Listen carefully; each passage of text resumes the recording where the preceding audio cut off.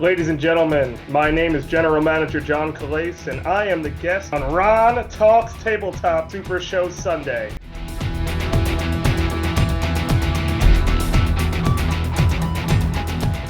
It is great to have you on the podcast tonight, John.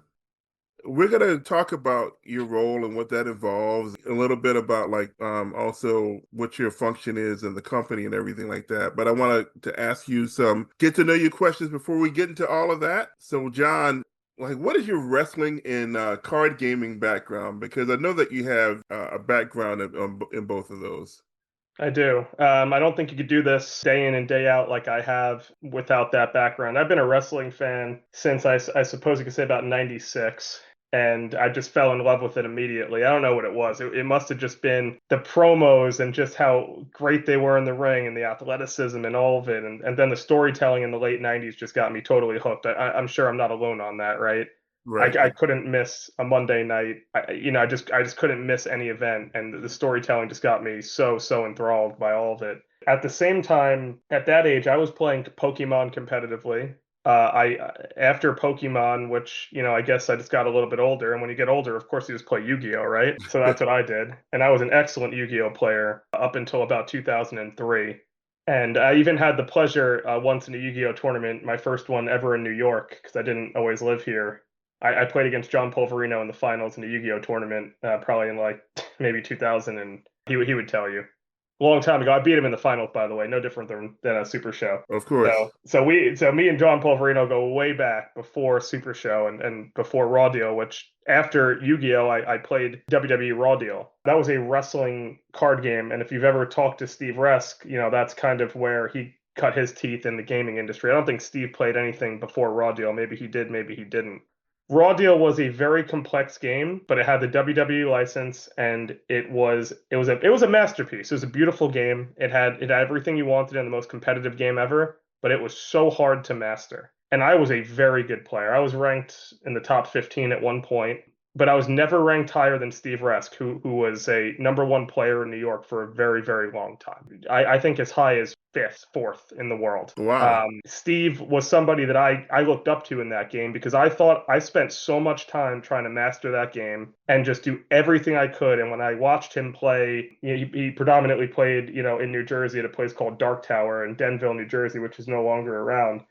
But I admired the way he played. And the few times that he would come to my local shop in Long Island, New York, it was like a celebrity was walking in, like this guy that's just so much better than our best. And I got to talking to Steve, and that's where him and I became friendly. And that must have been 2000. Maybe I met Steve for the first time in 09, Okay. I guess. Yeah, maybe 08. So you said you're not originally from New York. Where are you from originally? Well, I was born in New York. I Born in was New York. born, yeah, I was born in New York. My family is from Queens. Okay. I lived out in Arizona for about 8 years. I've spent time in Queens, Long Island, obviously Arizona, like I just said. I lived in New Jersey for a while. I lived in the city for a little while. Now I'm in northern New Jersey, so I've Yeah. been to a bunch of different places. But I consider myself from New York. And you absolutely carry yourself that way. Thank Uh, God. yeah. So you know Polverino from Yu-Gi-Oh? I'd say that's the first time I met Polverino, Okay. but me and John Polverino, we share a lot of mutual friends from high school. Actually, me and John P went to the same high school. I'm 2 years Okay. older than him though, Okay. so I've known him a long time. All right. All right. I've And never liked him. This is a shoot, right? Yeah, I never liked him. and you learned about Steve via Raw Deal and became friends with him. Okay. I just recently met somebody. I met Sam. Oh boy. Where is a Stanton or whatever his last name is. I've known Sam probably as long as I've known Steve, honestly. Okay. Yeah. I've known Sam from the same local that I played at Long Island. Okay. He would come up from Staten Island. We had a ride. It's actually really interesting because we had our local crew from Long Island, and these Staten Island guys. There was like 6 or 7 of them would come in, and it was very very like a real rivalry, like we have in Super Show now, but in Raw Deal. Raw Deal there was no gimmicks, there was no promos, there was none of that. It was just a really really complicated and very competitive game. But if you Okay. wanted to make it into something more because you're a wrestling fan, you did. Okay. Those Staten Island guys, man, I hated them. I So hated all of them. so was that like a faction? Yeah, Raw Deal did have some factions. As a matter of fact, the most famous faction in Raw Deal would be the Poison Clan. And the Poison Clan was based out of that New Jersey shop, Dark Tower, I talked about earlier, where Steve played. And as a matter of fact, a player in the game that's only been playing for about, I guess, 2 years now, John Von Masick, was a member of the Poison Clan, and he was one of the better Raw Deal players. I'd say in one of the top Raw Deal players in the world. He won a massive tournament once. Me and Masick would actually play Raw Deal against one another back in the day as well. So to see him playing Super Show now is something I really appreciate because I think John Von Masick is one of the best.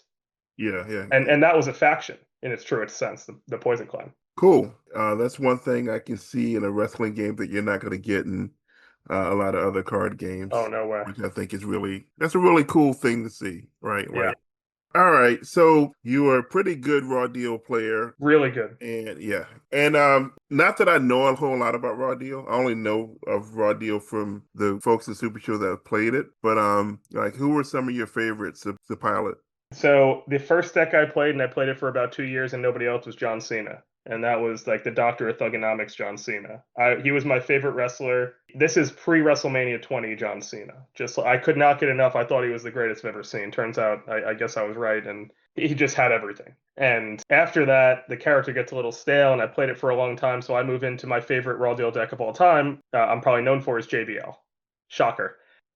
He had this, ability in Raw Deal that just resonated with me so much. It was essentially whenever he played a unique card, and a unique card in Raw Deal is you can only have one in your deck, so it was probably one of your better cards. He drew a card, and you would be able to do so much with that, and your deck is just all foiled out, and you're always drawing, and JBL, and he's the rich guy, and that was always the persona for me. Got it. Yeah. So it just goes way back to that. As a matter of fact, the GM Calace gimmick at one point before the one you see now was going to be whenever you hit a foil, draw a card. And I said, well, assuming I have 30 foil cards in my deck, I draw when I play a card seems like the best gimmick in the game.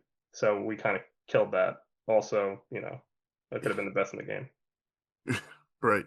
So that almost happened, but it didn't. So yeah, JBL was others I played Team Angle, so that's Charlie Haas, Shelton Benjamin. Okay. I played, not too many. Okay. Cool. So I know Steve was playing Raw Deal, playing other card games, working on the card game to develop, went through that history, and eventually got to Super Show. Steve has told his story about how Super Show came to be on my podcast earlier, sometime last year. At what point did you get involved with Super Show, and like what was your role at that in the beginning? We had a reunion in that Long Island local I spoke about, and it was late 2013 or early 2014. And it was just like we hadn't had a tournament in years there, and we hadn't played Raw Deal in years. So I just decided to stop by. I didn't even know if I played. Steve was there. I just want, like I said before, I thought he was a fantastic player. I hadn't spoke to him in a couple years, and he was on his laptop in the back of the store. And I'm like, what is this guy up to? I went back to him and he wanted to show me this game that he had created.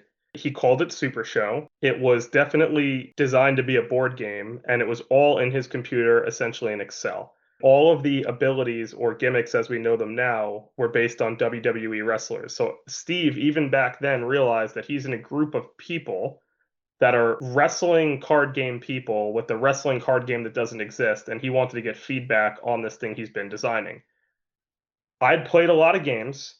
He generally told me about the game, but I wanted to hear more. So I gave him my number. I said, let's talk more about it. I'm so interested to hear more. My best friend in the world is Chad Gropak, who some of you know, obviously. Right. LFF Hall of Famer, one of the best of all time. Me and Chad went to Steve's house in Long Island, and he had the game then printed out maybe from Staples, now transitioned to a bit of a card game. He said, do you want to play? I sent Chad to play. I said, Chad, go try this game. Because I wouldn't be able to tell you 9 ways to Sunday if I'm going to like it. And Chad came back and he said, that might be the best game I've ever played in my life. And Chad had played Raw Deal for years. He's like, that might have been the most fun, simple, concise game I've ever played. So I said, and I trust Chad at my life. So I said, Steve, you have this thing printed out from Staples. I have a business degree. I went to Hofstra University. I'd graduated a couple years before that. I'm a certified public accountant by trade. I said, you want to start a business? Let's try to sell this thing. So my involvement in Super Show was Steve invented the game. I invented none of this. I can't take any credit for that. But Steve Resk and I co-founded SRG Universe together in 2014. I think it was April 7th. We signed the agreement in a sushi restaurant in Queens. Cool. So from the start, it's been him and I. All right. And with that being said, so like, what is your role in SRG Universe and Super Show today? And I know I'm talking about like two different things here, You right? mean like the fact that I'm the LFF general manager? Yeah. Well, I am that. I mean, listen, I've been doing this since inception. Like I said, there has been a time where, as the general manager, I've been more active than I am now in terms of promos and posting and traveling. My role has changed a lot over the last couple of years. You know, it's no secret. I got married a couple of years back. I had a baby just 2.5 months ago, but none of that has to do with anything. The point is, I spend a lot of time behind the scenes focused on product development now. I focus on helping run the business alongside the management team, which is me, Steve, and Griff Briggs, who you know as Father Light. Spend a lot of time talking to those guys about just, what's coming out next, what's the price point on things, production costs, listing things on the site, new product development, where are we going to sell it? So I'm very involved in all of that. I kind of as the financier behind the scenes and also still maintaining my role as being the general manager and doing my best to juggle both at the same time. More recently, I spent a lot more time behind the scenes working on a few different projects, which we look forward to sharing with everybody soon. Very cool. And I mean, and SRG Universe has been around since 2014 and it still That's right. exists today. Yep. There's a lot of board game companies that no longer exist That's right. that have were born and died in that 11 years since SRG Universe has existed. So it's tough to build and maintain a small business. So you guys are doing something right. I appreciate that. I say to a lot of people the same thing, and actually, I end up saying it in terms of, I know we're not a trading card game, but I equate it to trading card games because that's what we're closest to. How many trading card games can you actually discuss that were around in 2014 that are around today? And it's not many. And I think we lasted longer than Raw Deal did when they were in print. So that itself is an accomplishment. Are we this insanely so successful that we can, like buy a mansion and a boat on the company dime and throw a party and, expand into all these markets? No, that's not the case.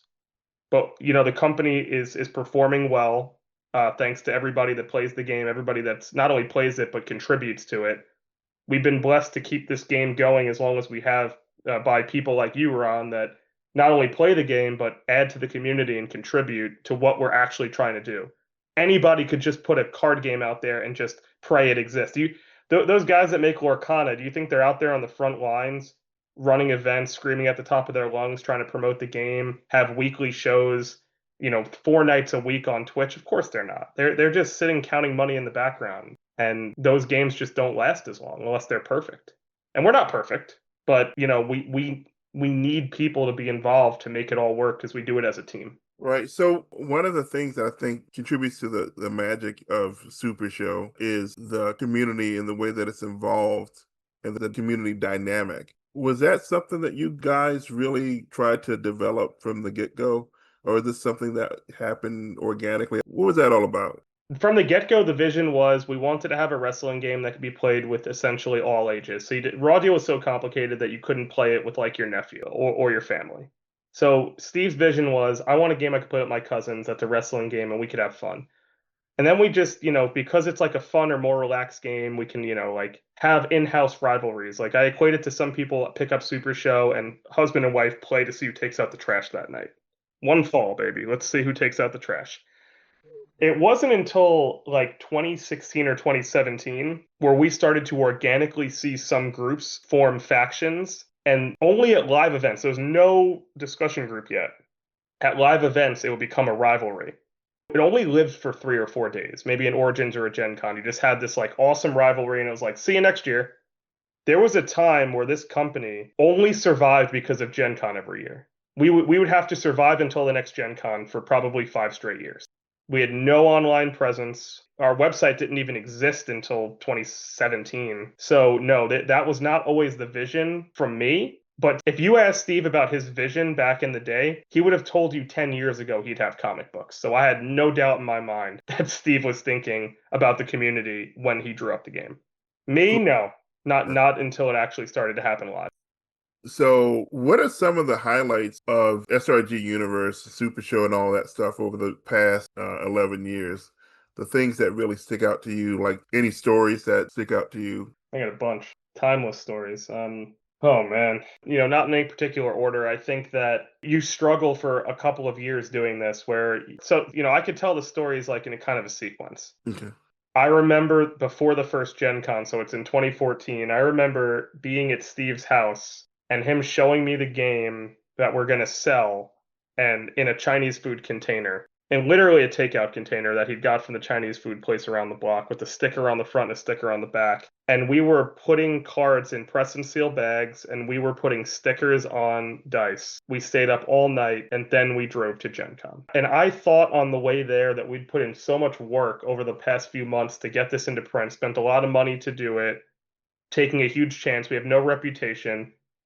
And we're going to go try to sell this game that nobody's ever heard of off of some demos and try to build a community from 3 people, me, Steve, and Chad Gropak, for the 3 people who traveled to Gen Con that year. And we drove like through the night and I'm like, we have no chance.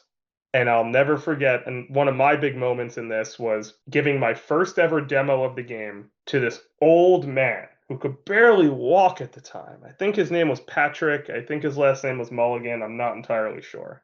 That's definitely his name. I give Pat Mulligan the demo, and he goes, "Yeah, boss, where can I buy this?" And I go, "Right here." And he bought it. And Pat is the 4th person, because Pat's been with us since that moment, and I love Pat Mulligan to death for that. He was the first person to buy the game off a demo from me, and he gave me the confidence that this could actually work. So that's the first moment that sticks out in my mind.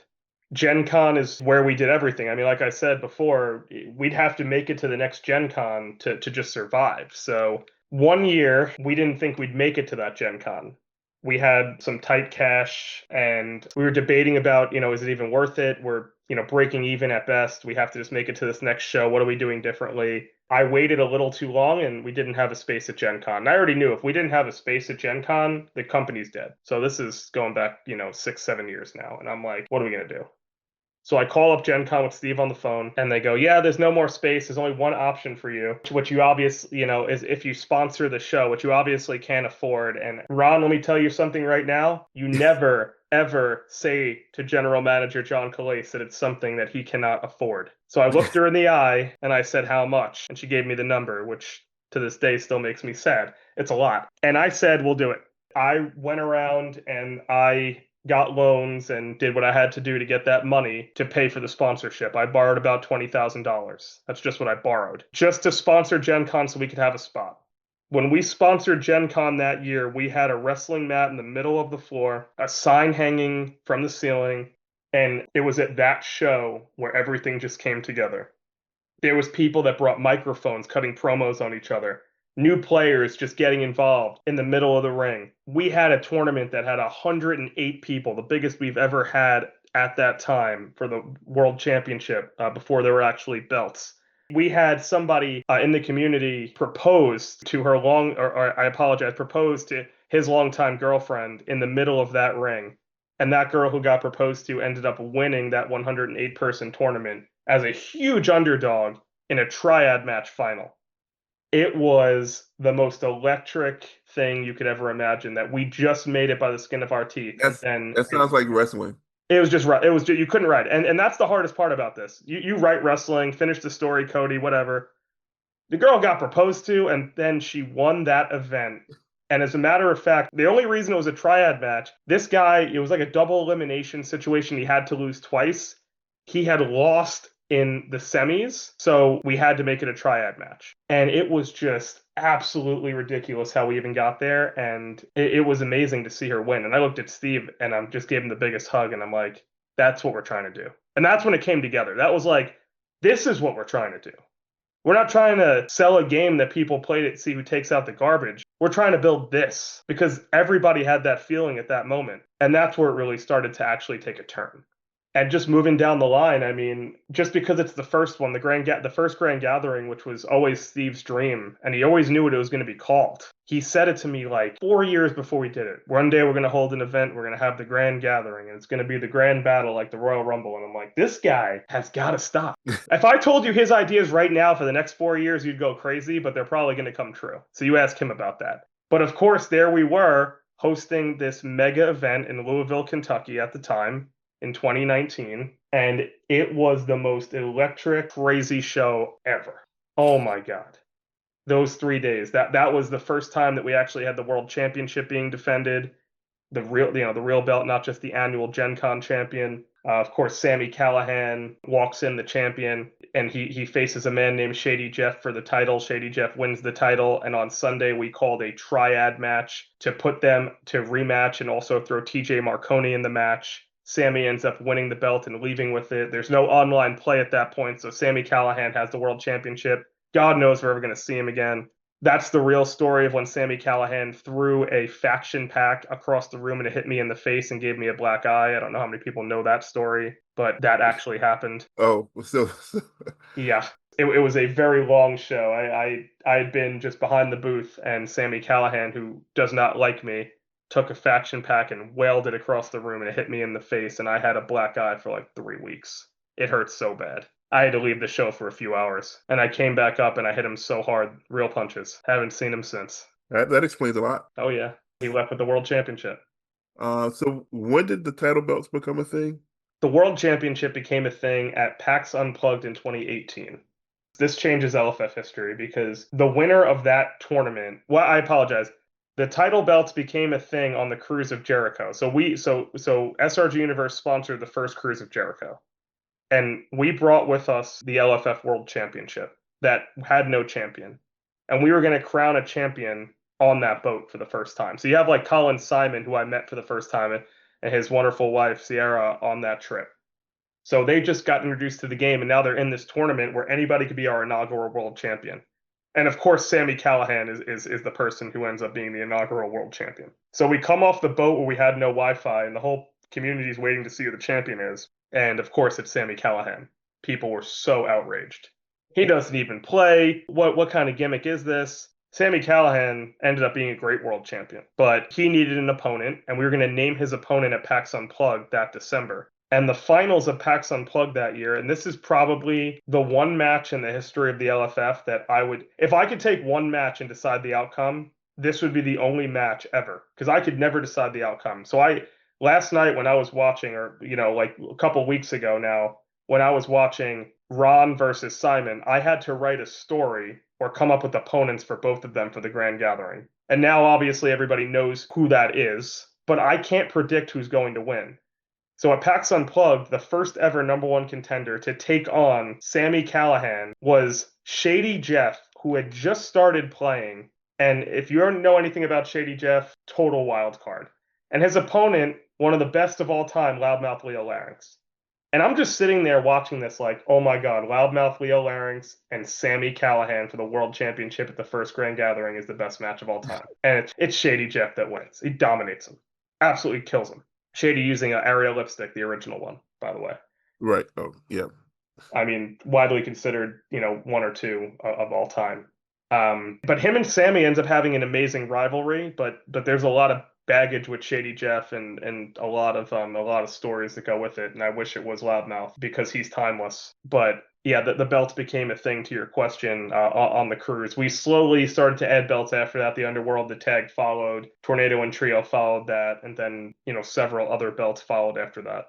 All right, so Sami Callihan was the first world champion, had the match at the first Grand Gathering, gives you a black eye. That was a weekend. There's a lot of stories from that weekend. Some of them I think you'll have to tell off the podcast. Yeah, well, yeah, this is a family podcast after all. Yep. So what are some of the challenges that you've had to overcome as a business, and things that you're looking at right now, like challenges that you foresee on the horizon?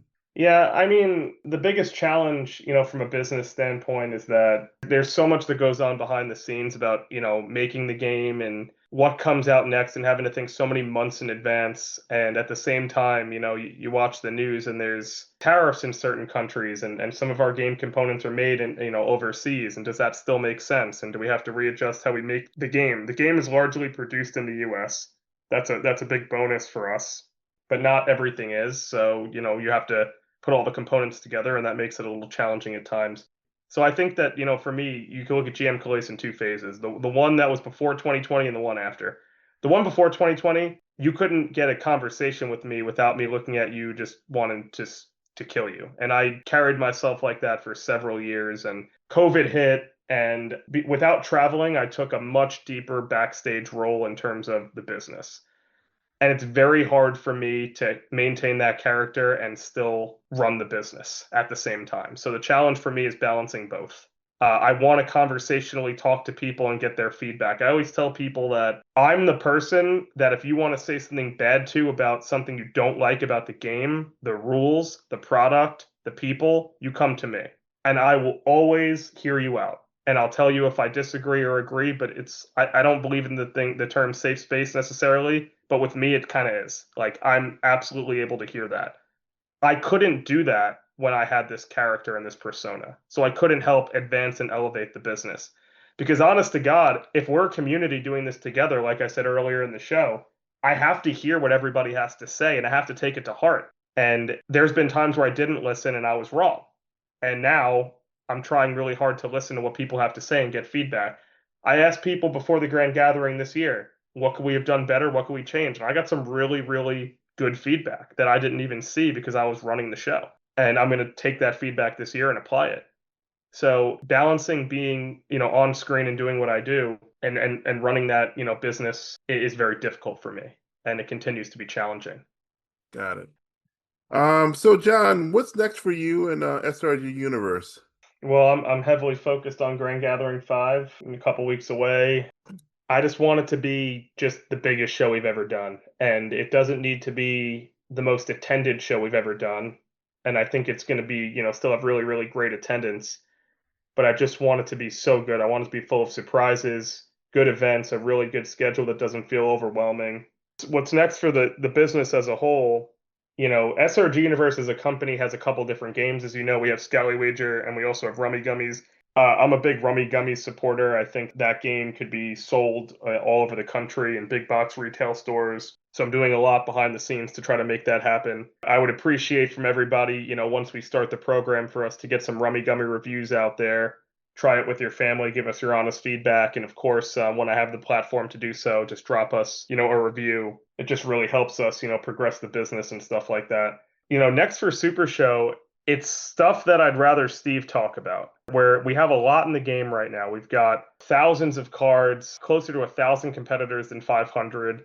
I think Project Spider was kind of the first ambitious dive into making things a bit more siloed. The ambition of Spider was always just to kind of have divisions so we can have tournaments where you could go into it knowing that here are your potential 90 competitors, not 690 competitors. And I think we're continuing to evolve that model over time. I think a good example of how we're evolving that model is what Steve is doing with the old school division, with this Create a Competitor event that's coming up at the Grand Gathering.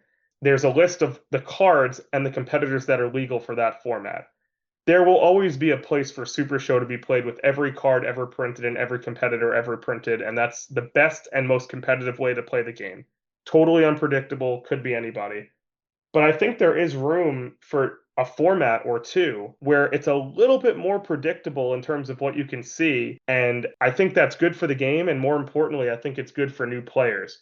A lot of my job right now is to figure out how we can grow the game. And I heavily rely on a lot of folks to show their friends. And that's why I've marketed the game heavily on Amazon to open up the audience. A lot of different things we're doing. But ultimately, there's nothing better than forming a local play group and telling your story on the discussion group and feuding with other members of the LFF along the way.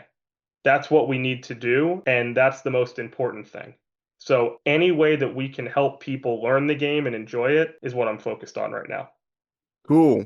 Thank you once again for coming on my podcast. I got a couple of more questions. For it. First off is where can people find you when you want to be found? That's a good question.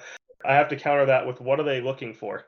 What are they trying to ask me? Oh, right. That's the real question. I get 1,000 messages on Facebook. I probably look at them once every 10 days. That's probably a bad habit because a lot of them are general managers who have very pressing questions, and I'm probably the holdup sometimes. On a personal note, some people have my direct phone number. I can't give that out to everybody because then it'll just be 1,000 text messages and I'll have to change my phone number again. Here's a real story. One time I sent out an email for the grand gathering and I left my phone number in my signature. Everybody had it, and I had to change my phone number, and that is a true story. So we're not doing that again. So if you want to reach me, try Facebook. If there's something more pressing, then I'll make sure that you have the right contact information. Yeah, that's GM Calace on Facebook. Right. That's correct. All right. So now my final question is a question I ask all my guests that come onto my podcast, and one that hopefully that you're prepared for. Mm-hmm. So John, what is something interesting about you that people may not know about? So here's the thing. Interesting is the key word because nobody wants to hear about my life as a certified public accountant in New York City, but I will, I'll talk about the hobby that actually keeps me sane. I deal with numbers and people and business all day long. From the second I open my eyes on Monday morning until about 5 o'clock on Friday, I am nonstop like a robot. Every single Friday, my outlet is cooking. I love to cook more than it's my favorite hobby in the world. You think that GM Clay's is a private chef, not the case. I don't trust anybody. I love cooking for me and my wife. I make Italian food every Friday night. It's been a tradition in my house for years. So if you're ever in the area, I would love to have you over for an Italian meal. It's homemade. Bring the kids, of course. Of course. And that just does something where I'm able to come up with some of my best ideas, just maybe stirring a sauce, and I'll be like, oh my God, that's what we have to do. So that outlet to me is everything. The people who are friends with me on Snapchat, which is another interesting way to reach me because I actually use that one, I will often Snapchat me cooking a meal on a Friday. And my wife and I are starting an Instagram page about our cooking journey at some point. So for those of you who have, by the way, my wife says hi, Ron. Oh, Remembers you from I Grand like the world. Gathering, and Yeah. she wanted to know whose podcast I was going on. And I told her it was you, and she's like, all right, that's fine. I like that guy. Could have went either way. On some people would have been like, no. So yeah, cooking, man. That's what I like to do. I enjoy it. It's a big hobby of mine. It uses the other side of the brain I don't normally use. Right. Like, so obviously Italian cuisine. What is your favorite dish to prepare? Oh Not your man. favorite one to eat. You see what I'm saying? Yeah, no, it's tough. I think it's lasagna, and the reason for that is because it lets you do everything. So it's the homemade pasta sheets. It's the sauce is basically a bolognese sauce, which is, a sauce that's not too complicated but takes a while to make, and you really have to get it right. It's building it and making it look good. And there's also a special ingredient, which is, not really a secret, is bechamel sauce, which is French, is another sauce that once you master it is just perfect and creamy that goes on it. So you're doing so many different things and it's like an art. Getting it right, it's perfect. And serving that and it serves a lot of people. So, it's something to be enjoyed amongst, multiple folks instead of just something I'm enjoying for myself. So just all of that together, that's my favorite. That sounds fantastic. It's good. I'm from New Orleans originally, so All I right. cook some Louisiana cuisine. I don't do gumbo very often. I do it once or twice. Like the rice dishes, like the Right. jambalaya and Jambalaya. rice and everything like that. That stuff's easy. You got a jambalaya recipe for me? Maybe. All right. I've made it once or twice. It's good. My wife absolutely loves it. So, I use maybe just a recipe on Google, but if you got something more authentic than what I'm making, I'll definitely take the recipe. Okay. I'll see if I've actually written something down, or I'm sorry, written something down. I have Google Docs for everything. You know how that goes. That's right. Uh, I do have a fantastic red beans and rice recipe. Okay. I'll share that with you sometime. Love that. All right. Thank you once again for being on the show. I really appreciate you taking the time to do this. Yeah, of course. Listen, I appreciate it. It's always nice to be on, and I look forward to the next time I'm on to give you more stories. But I think some of the stories will have to be saved for Grand Gathering 5 at Super Show After Dark. Right, right. Thank you for listening to the Ron Talks Tabletop Podcast Super Show Sunday. And until next time, see you later.